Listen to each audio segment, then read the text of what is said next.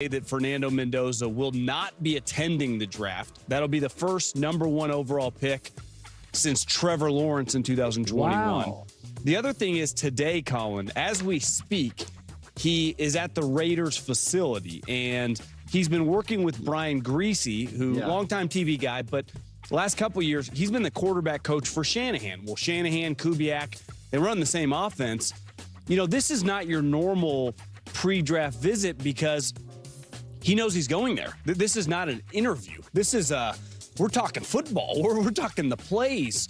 I think the most fascinating part about this, Kubiak said last week, ideally a young quarterback sits behind Cousins. But what if this guy's just ready and Cousins is just a backup? You know, how do you think Kubiak's going to handle this situation? I think Mendoza's going to blow him away. I want to see the draft. I think the Raiders have, 3 or 4 fourth-round picks. I think they're going to get, my take is they went and got 5 starters in free agency. They're going to be a little bit like New England, except Drake May already had a year in the NFL. And I think they're going to pick up 5 starters in the draft. They got a handful of starters I like. I think Brock Bowers, Colton Miller left tackle. They got a couple of linebackers they went and spent money on. So, I mean, they're going to be a little bit like New England. Like, I think the Raiders next year are going to be a team. I don't think they'll be great in September, but I think he's going to walk in, John, and I think it's going to be jaw-dropping stuff, and I think he's going to beat Kirk Cousins out, and I don't think it's going to be that close. Well, this isn't that crazy because they only won 3 games, but I know you love the double your win total. 3-7 to me feels pretty easy. Oh, absolutely. And I think this is a team that you're going to, for the first time in 15 years, you're going to look at the Raiders and go, oh, I see exactly what they're trying to do. We've got the coach, we got the quarterback, we got the left tackle. I mean, they need upgrades in some obvious spots. Wide receiver is a position for Fernando Mendoza. I mean, he's got 3 NFL wide receivers at Indiana. Look at the Raiders receiving group. Beside Bowers, it's not great. They do have Genty already on the roster. I'm high on the Raiders as well, especially for the next couple years. Yeah. Did you hear that? People can actually make the case that they're high on the Las Vegas Raiders. That's why I've been getting ahead of this.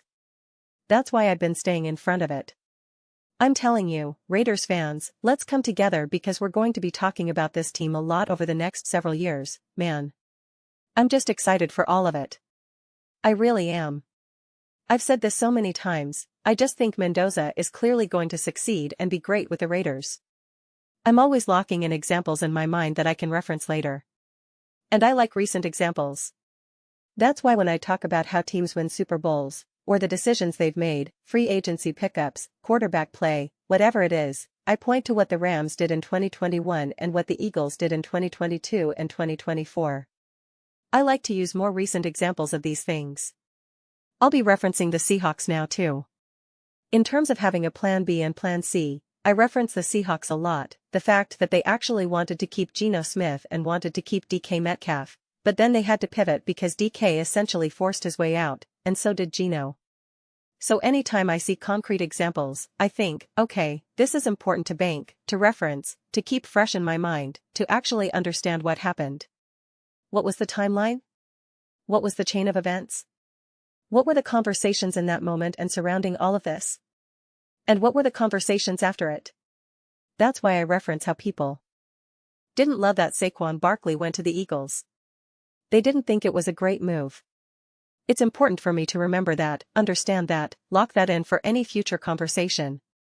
So for me right now, with the Las Vegas Raiders, I'm just banking in my mind again and again the decisions they're making, the way they're doing things, even with the visits with Mendoza right now, the things Kubiak is saying, the Kirk Cousins situation, what they attempted to do with Max Crosby.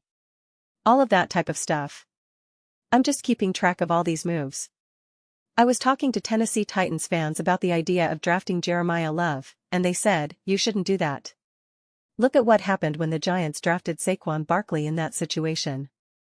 And I get that argument. But when Ashton Jeanty balls out this year, because the Raiders did upgrade their offensive line, they are upgrading at quarterback, they are going to be a better team, they are going to have a better coach, etc. When Jeanty pops and plays great, I can say, see, it's okay to sometimes take that running back even when you don't have the rest of the pieces, when you believe that a player can have a huge impact.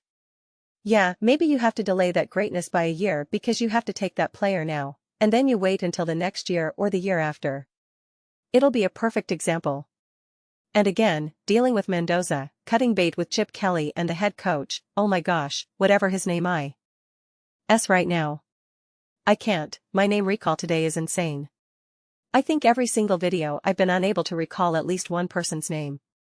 Your head coach who got fired, who was the coach for the Seahawks, whatever his name is. I can't think of his name right now. Oh man, I need sleep so badly. But all of that matters.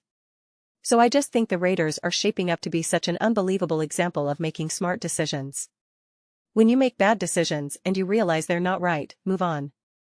Don't double down. Don't triple down. It's actually one of the best pieces of advice Colin has given a lot. He said he learned from talking to other billionaires that they double down on what works and they move past what doesn't.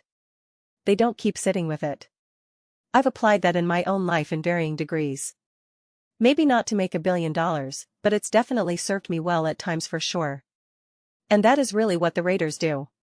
That's why I've even said in the past that the Raiders have made good decisions, they just haven't panned out. They were good moves. They were good decisions.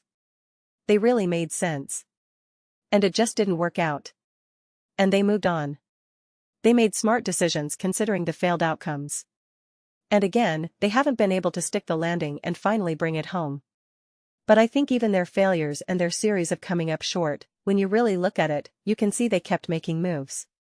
They kept trying to compete.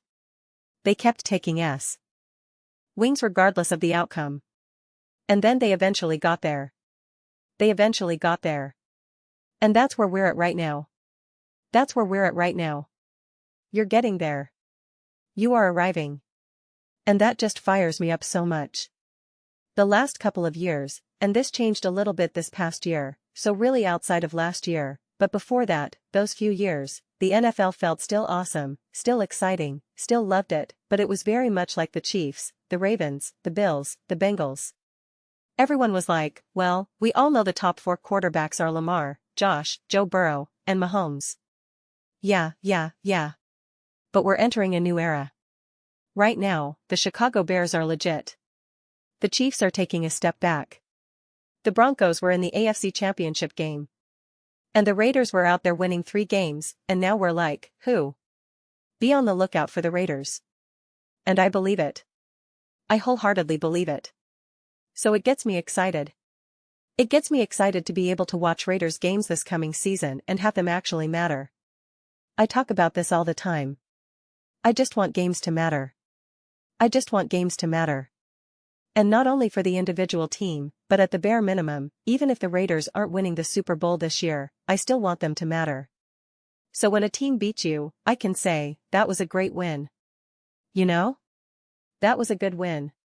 Yeah, the Raiders came up short, they made a couple mistakes, but that was a great win. And by the other team. Not like, you beat the Raiders, who cares, whatever, you're so bad it doesn't even matter if a team beats you by 100. I just want things to matter. And I just so firmly believe that the Raiders have arrived to finally mattering.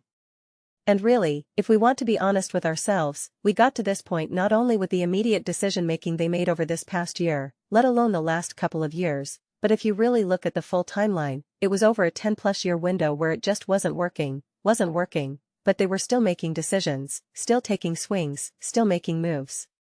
You can't point to that with some of these other teams that have struggled season after season. You really can't. But you can with the Raiders. And I think that shouldn't be overlooked. But those are just my thoughts.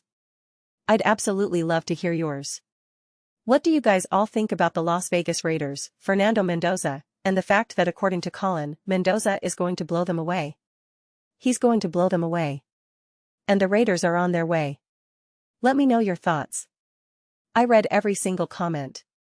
So whether you agree with me or disagree with me, either way, let's get into some discussions. Let's get into some fights. But ultimately, let's just have some fun. And please do consider subscribing. We're building an amazing community here, and I absolutely love to see you be part of it. I want to build something that we all narrowly feel connected to. Something that we're really excited to be part of. I think we're well on our way to doing it. Please don't forget to give this video a thumbs up, as it really does help with visibility and the algorithm. Thank you so much. See you next time.